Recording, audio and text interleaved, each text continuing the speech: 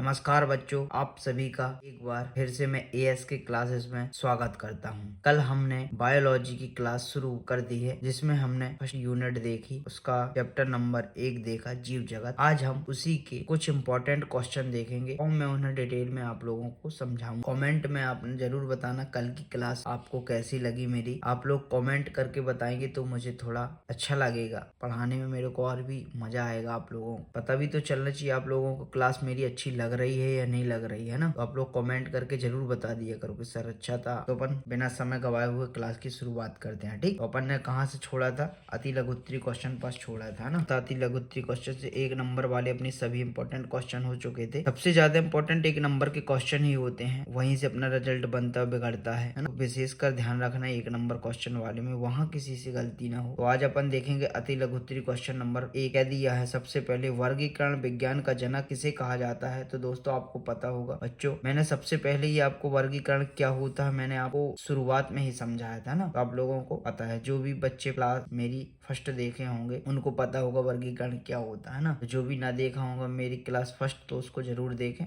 ताकि आपको समझ में आ जाएगा वर्गीकरण क्या होता है ना। तो वर्गीकरण विज्ञान का जनक किसे कहा जाता है? तो पहला उत्तर है इसका कैरोलस लीनियस, जो कि 1707 से 1778 को मैं दिया था इन्होंने। उसको वर्गीकरण विज्ञान का जनक भी कहा जाता है, कैरोलस लीनियस। एक दूसरा, स्वयं पोषी से आप क्या समझते हैं, क्या तात्पर्य है? तो वे जीव जो अपना भोजन स्वयं बनाते हैं, जैसे पेड़ पौधे अपना भोजन स्वयं बनाते हैं, तो वो क्या है? स्वपोषी हैं। ठीक, तो इसका आंसर भी बहुत सरल है, इनको हल्के में मत लेना। यही क्वेश्चन जो है ना एनसीईआरटी पूछ लेता है। आसान क्वेश्चन नहीं पूछता, ज्यादा अंदर घुस के नहीं पूछता, वो बेसिक जानकारी लेने चाहता है कि बच्चों को जो जरूरी है वो पता है कि नहीं, जो आप लोग आसपास देख रहे हो वो आपको पता है कि नहीं। एनसीईआरटी ऐसे ही क्वेश्चन पूछता है, ज्यादा अंदर घुस के नहीं पूछता कि बिल्कुल अंदर घुस जाए, नहीं। इसी टाइप के क्वेश्चन पूछता है जो चलते रहते हैं, मतलब जो अपन को दिख रहे हैं सामने, बेसिक बच्चों को पता है कि नहीं है। ये एक जानकारी जो सबको पता होना चाहिए कि स्वयं पोषी से क्या तात्पर्य है। आप कभी देखे हो स्वयं पोषी के उदाहरण? बताइए, स्वयं पोषी से आप क्या समझते हो? ये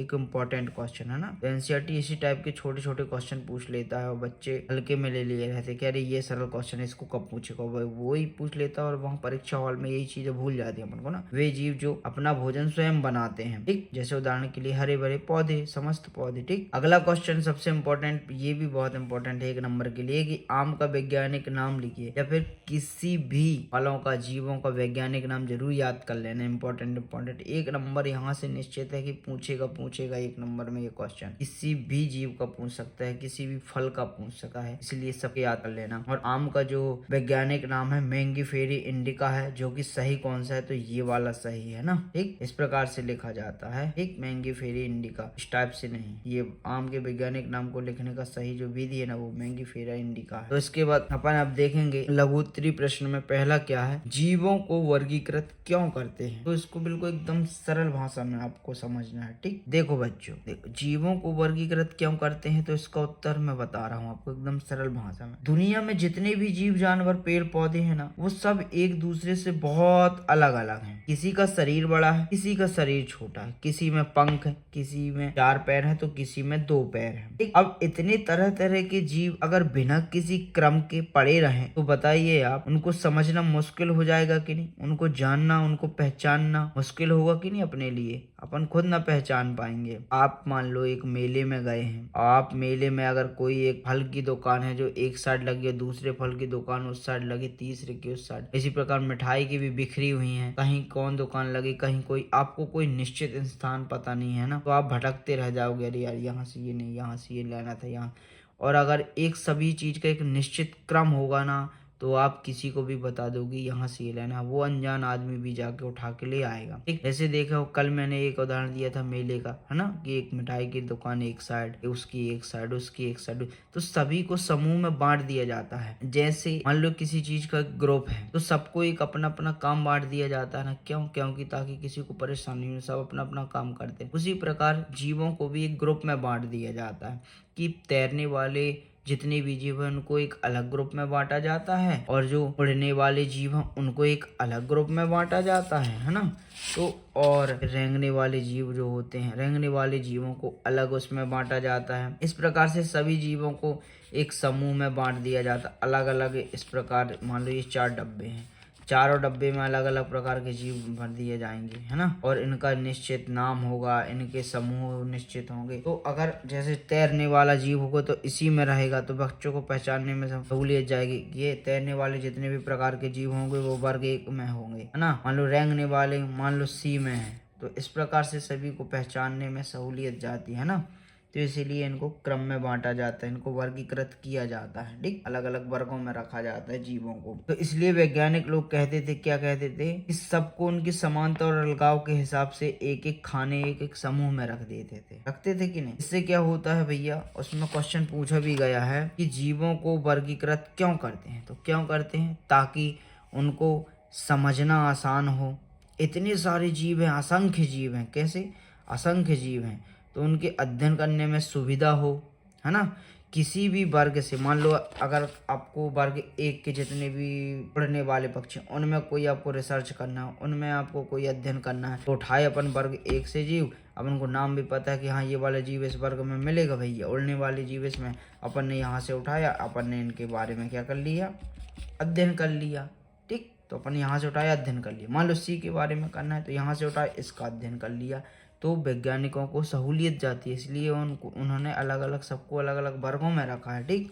अगला क्या है, जंतु पादपों के संबंधों का भी पता चलता है, हाँ, कि जंतुओं का संबंध क्या है और पादपों का संबंध क्या है, एक दूसरे से इनके संबंधों के बारे में भी पता चल जाता है अपन को इनसे वर्गीकृत करने से, है ना, कि इनका और इनका क्या संबंध है, ए का सी से, बी का सी से, या फिर डी का सी से क्या संबंध है, ये भी इनको भी अध्ययन करने में सब पता चल जाता है। तो क्या है, समझना आसान हो जाता है, पढ़ना आसान हो जाता है। हाँ, आप लोग जैसे पढ़ रहे हो, आपको अगर एक ही किताब में एक ही पेज में सब जीवों का इकट्ठा पढ़ा दिया जाए तो आपको समझ में ना आएगा, उड़ने वालों का भी, रेंगने वालों का भी, पानी में रहने वाले का, सब में, थल में रहने वाले सबको पढ़ा दिया जाएगा तो आपको खिचड़ी जैसा लगने लगेगा, अरे यार ये खिचड़ी सी पक गई, समझ में नहीं आएगा, है ना।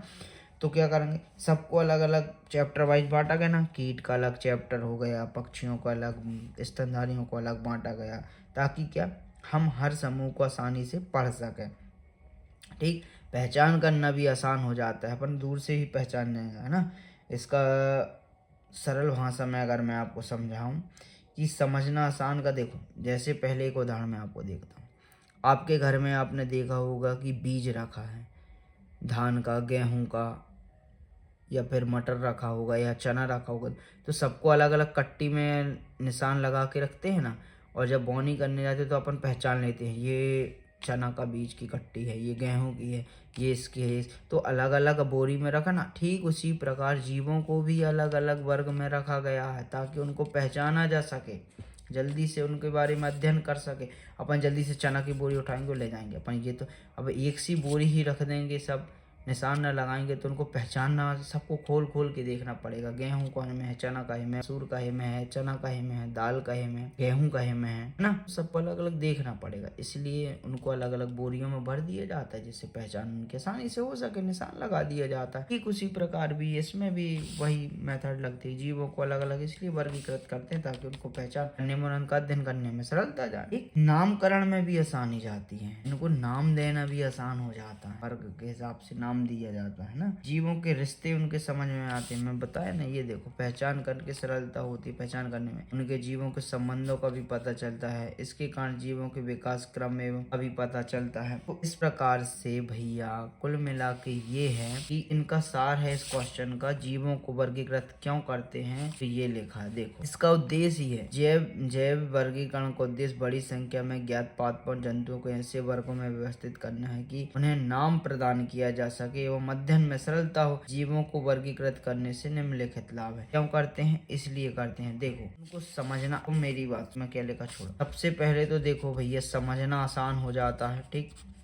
दूसरा पढ़ना आसान हो जाता है, फिर उसके बाद उनको उनकी पहचान करना भी आसान होता है, उनके बीच में संबंध क्या है तो उसकी भी जानकारी लग जाती है कि इनके बीच में संबंध क्या क्या है। नामकरण भी आसानी से रखा जा सकता है सबके। तो इस प्रकार से इस क्वेश्चन का आंसर यही है कि भैया जीवों को इसलिए वर्गीकृत किया जाता है ताकि उनको समझना, पढ़ना, पहचान करना, संबंध उनके बारे में नामकरण करना, ये सब चीज आसान हो जाती है, इसलिए जीवों का वर्गीकरण किया जाता है। एक इस प्रकार से भी आप लिख दोगे ना, क्वेश्चन आएगा और आप इस प्रकार से लिख दोगे ना, मतलब थोड़ा उसमें आगे ये लिख देना कि जीवों को वर्गीकृत क्यों करते हैं, तो लिख देना इसका उद्देश्य ही है ताकि बड़ी बड़ी मतलब इतनी ज्यादा संख्या में जीव पाए जाते हैं, इनको अगर अपन वर्गीकृत नहीं करेंगे तो इनको पहचानना कठिन हो जाएगा, है ना।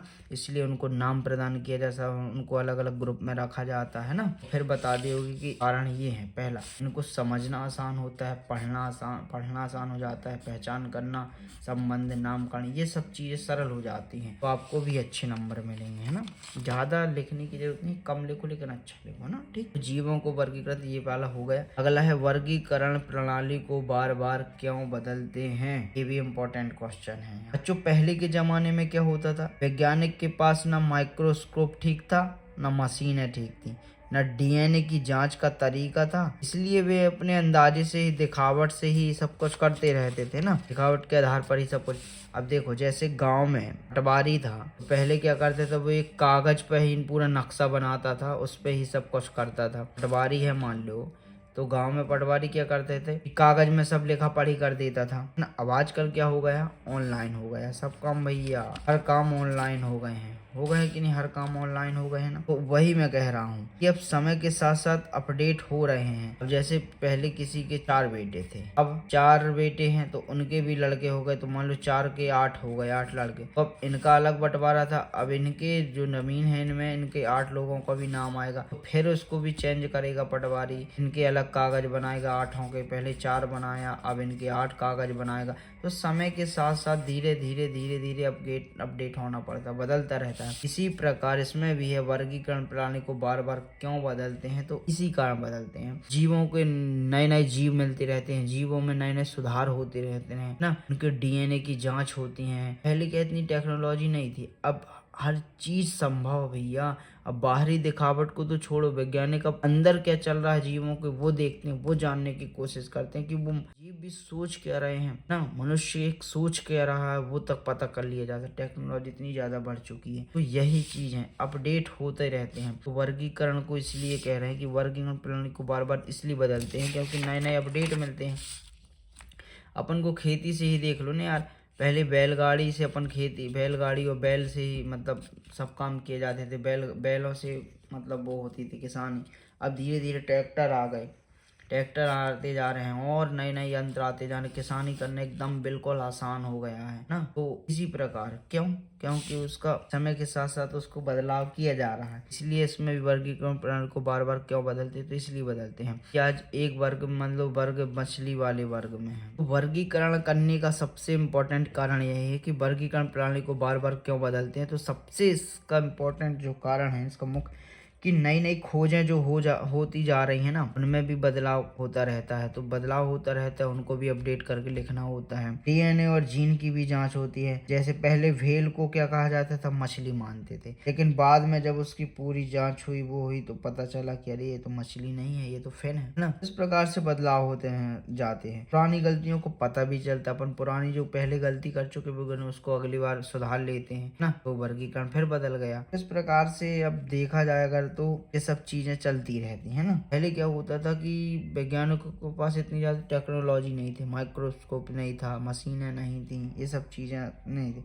तो वो अंदाज से ही काम करते रहते थे। अब क्या होता है कि भैया हर चीज आ चुकी है, तो उसका पता लगाना बहुत जरूरी हो चुका है ना। पहले सिर्फ क्या देखा जाता था जीवों में, भैया इनके पंख की नहीं है, इसके पैर कितने हैं, इसके हाथ कितने हैं, लेकिन अब क्या देखा जाता है, अब अंदर की चीजें देखी जाती हैं। इसका खून कैसा है, इसका डीएनए कैसा है, इसका सेल कैसा है, इसके डीएनए में कैसे मैच करता है कि नहीं करता, किसी से किससे मैच कर रहा है, किस जीव से, तो सब चीजें पता की जाती है ना। तो यही है, ठीक। तो वर्गीकरण प्रणाली को बार बार क्यों बदलते हैं? इसलिए बदलते हैं ताकि सभी चीजों का पता चलता जाए अपडेट करने के लिए, है ना, चीजों को अपडेट। जैसे अगर मान लो जल में रहने वाले जीवों में कुछ परिवर्तन हुआ है, उनके बारे में फिर से अपन को एक नई उसी सारणी जो बनी है कि जल के जीवों वाली, उसी सारणी में फिर से कुछ लिखना पड़ेगा ना। उस समय के साथ साथ जो अपडेट आएंगे तो वो लिखते जाएंगे अपन। तो इसी प्रकार वर्गीकरण प्रणाली को बार बार क्यों बदलते हैं? तो इसलिए बदलते हैं। ठीक, ये बात सबसे इम्पोर्टेंट क्वेश्चन यहाँ एक और है, निम्नलिखित जीवों के वैज्ञानिक नाम लिखिए। मैं यहाँ आपको सबसे इम्पोर्टेंट क्वेश्चन बता रहा हूँ, तो इसको ध्यान से सुनना। इसका जितने भी ये नाम दिए है ना, इनके सबके वैज्ञानिक नाम आप लोग अच्छे से रट लेना। यहाँ से क्वेश्चन आएगा चाहे 1 नंबर में आ जाए, चाहे 3 नंबर में आ जाए, चाहे 2 में आए, लेकिन यहाँ से एक क्वेश्चन आएगा। इसलिए आप लोग ये सबको